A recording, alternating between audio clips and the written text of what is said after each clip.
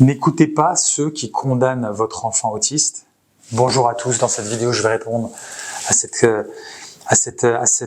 phrase-là. Je vais vous donner des informations qui, je pense, et je l'espère, vous seront très précieuses si vous êtes parent d'enfants autistes comme moi, je le suis, puisque je suis, pour rappeler un petit peu le cadre, je suis père d'un enfant diagnostiqué autiste de niveau 1. Il a aujourd'hui 10 ans, il a été diagnostiqué à l'âge de 3 ans. Et tout comme vous, je pense qu'on a vécu à peu près les mêmes trajectoires. Vous avez rencontré des pédiatres, des psychologues spécialisés, vous êtes allé dans des centres spécialisés, vous avez rencontré peut-être des psychanalystes. Donc tous les spécialistes de la petite enfance qui vous ont probablement annoncer des diagnostics ou des indicateurs effrayants d'autisme. Et on vous a dit effectivement le plus dur à entendre, c'est que y a pas grand-chose à faire si ce n'est de travailler rapidement sur l'enfant, de prendre une psychologue, de prendre des cours ABA, qui est un petit peu ce qui est vraiment plébiscité aujourd'hui. Je dis pas que c'est mal, je dis que c'est bien. Bien évidemment, il faut stimuler un enfant, il faut l'entraîner, il faut l'améliorer, parce que c'est par l'exercice, l'entraînement que l'enfant progresse et que le cerveau, par sa plasticité, change, s'améliore. Ça, c'est assez clair au niveau de la littérature. C'est aussi démontré d'un point de vue scientifique.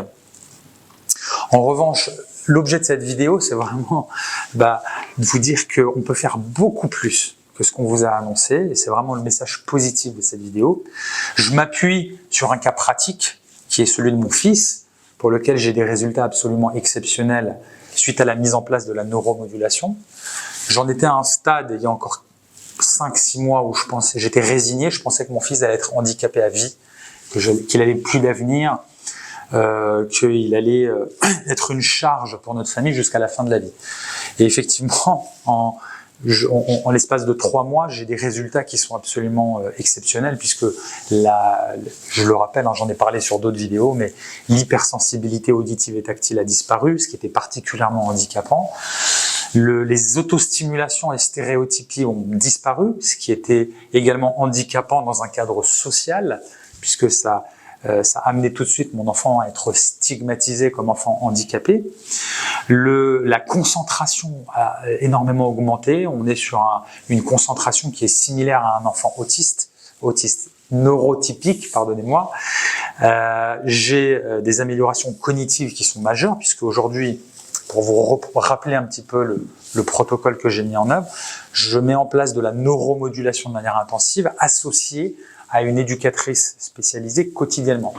C'est-à-dire que non seulement je corrige les verrous électrophysiologiques, je vais y revenir, qui sont présents et qui ont été constatés chez mon fils, notamment à travers des électroencéphalogrammes, où on a pu constater la présence de verrous électrophysiologiques, mais je profite également de la plasticité induite, c'est-à-dire le cerveau, lorsque vous réalisez de la neuromodulation, il est plus sensible au changement, il est plus plastique.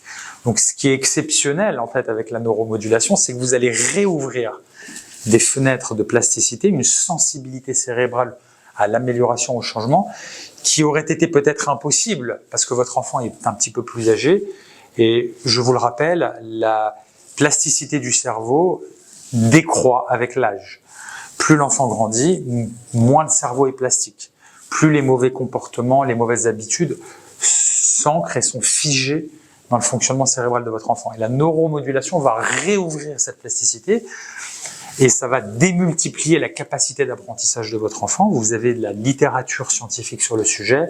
Je mets à titre indicatif quelques références en description de cette vidéo, mais vous avez beaucoup de littérature qui est absolument inconnue aujourd'hui par la plupart des spécialistes de l'autisme que j'ai pu rencontrer, et qui non seulement met en évidence cette plasticité améliorée induite qui est donnée par la neuromodulation, mais permet également de corriger des dysfonctions électrophysiologiques dans le cerveau de votre enfant, ce qui en l'espace de quelques semaines à quelques mois peut avoir un impact révolutionnaire sur la vie de votre enfant et sur la vie de votre famille. Puisque quand on a un enfant handicapé à la maison, c'est pas que l'enfant qui en souffre, mais c'est toute la famille. Puisque toute la famille doit s'occuper de lui, doit l'aider, et c'est toute la famille qui en profite, et bien évidemment l'enfant. Donc dans le cas de mon fils, hypersensibilité qui a disparu, je vous le rappelle, stéréotypies qui ont complètement disparu, intérêts restreints qui ont complètement disparu. L'enfant dessinait, écrivait des chiffres et des lettres d'affilée, et quand il était plus petit, mettait des jouets les uns à côté des autres, complètement disparu, ce qui est pourtant une composante essentielle du diagnostic autistique.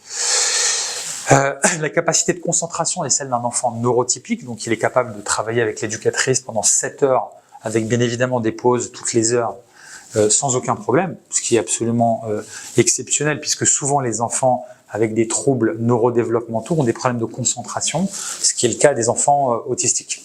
Donc ce problème-là a été réglé, donc en l'espace de 3 mois de neuromodulation. Donc l'objet de cette vidéo, c'est de vous donner espoir et de vous dire que vous êtes probablement un bon parent si vous regardez cette vidéo et que vous cherchez des solutions. C'est très bien, vous êtes comme moi, on a ce point en commun.